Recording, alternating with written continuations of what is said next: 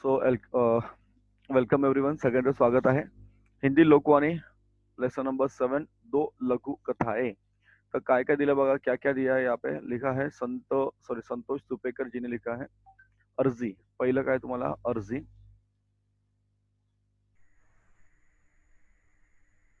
Okay, just a minute. अर्जी. हर वर्ष की तरह इस वर्ष भी राघवेंद्र पत्नी बच्चों के सहित अपने पैतृक कस्बे में आया हुआ है. नौकरी से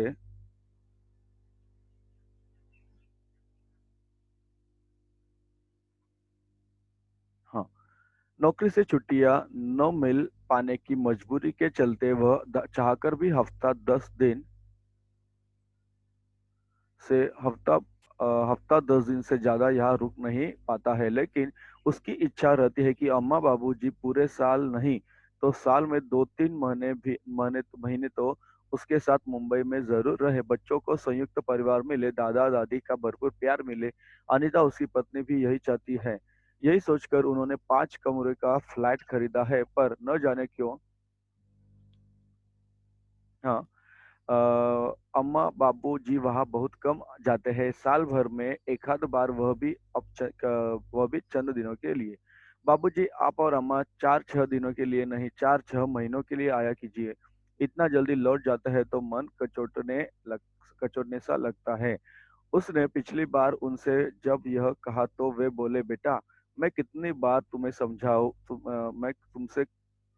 तुझसे मैं कितनी बार कहूँ तुझसे कि वह छोटा सा कस्बा ही हमारी जन्म और कर्मभूमि रहा है. हमें वहाँ के अलावा और कहीं ज्यादा अच्छा नहीं लगता. महानगर के तेरे इस बड़े से फ्लैट में हम 4-8 दिनों से ज्यादा नहीं रह सकते. आज शाम वह बचपन के अपने कमरे में घुसा, लाइट ऑन की और कोने में रखे बक्से की ओर बढ़ गया. उसके अब बचपन का साथी, उसका प्यार, लकड़ी का बड़ा सा बक्सा. वह जब भी यहाँ आता है एक बार उस बक्से को जरूर खोलकर देखता है. सहज उत्सुकतावश उसने उसे खोला. छठी 7वीं कक्षा के कोर्स की कुछ पुरानी किताबें, ज्योमेट्री बॉक्स, स्किल वाले तलवों के फुटबॉल शूज, एनसीसी की एक्स्ट्रा ड्रेस, पुराना फोटो एल्बम और भी जाने क्या क्या. बार बार देखने पर भी इन चीजों को देखने की इच्छा मरती नहीं है. तभी उसकी नजर एकाएक पॉलिथीन की एक थैली पर पड़ी. अरे इसमें क्या है. अब से पहले तो इस पर नजर भी नहीं पड़ी. सॉरी. उसने उसे उठाकर खोला. अंदर पीली पड़ चुकी एक कागज की छोटी सी पर्चियां मिली. हाँ.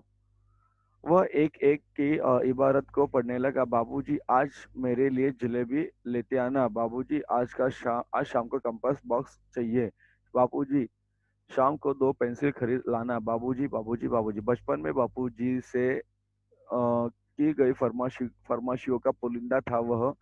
पढ़ते पढ़ते उसकी आंखों में क्या आ गए, आंसू आ गए.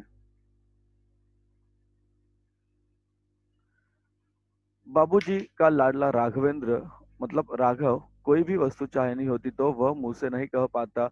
बस इच्छित वस्तु की पर्ची बनाकर बाबूजी की जेब में डाल देता. और ऐसा कभी हुआ नहीं कि बाबूजी उसकी मांग की कोई वस्तु लाना भूल गए हो या उसकी इच्छा पूरी न की हो.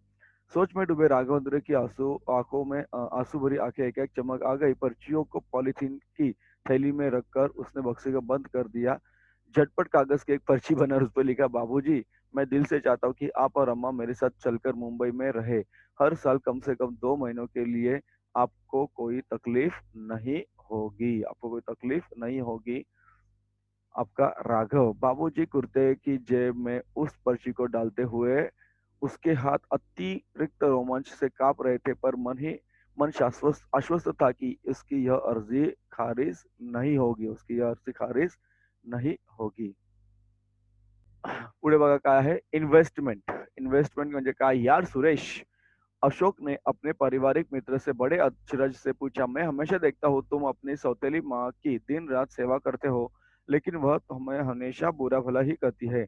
बड़ी अजीब बात है. हमारे तो बस का काम नहीं है इतना सुनना. तुम कैसे कर लेते हो इतना सब्र. करना पड़ता है भाई, सुरेश ने फीकी मुस्कान से कहा. इन्वेस्टमेंट सेंटर चलाता हूँ ना, बाहर पैसे का इन्वेस्टमेंट करवाता हूँ और घर में संस्कारों का इन्वेस्टमेंट कर रहा हूँ. संस्कारों का इन्वेस्टमेंट, वो कैसे? बचपन में मैंने परिजनों को बुजुर्गों की सेवा करते देखा। इसी भाव का इन्वेस्टमेंट अब अपने बच्चों में कर रहा हूँ।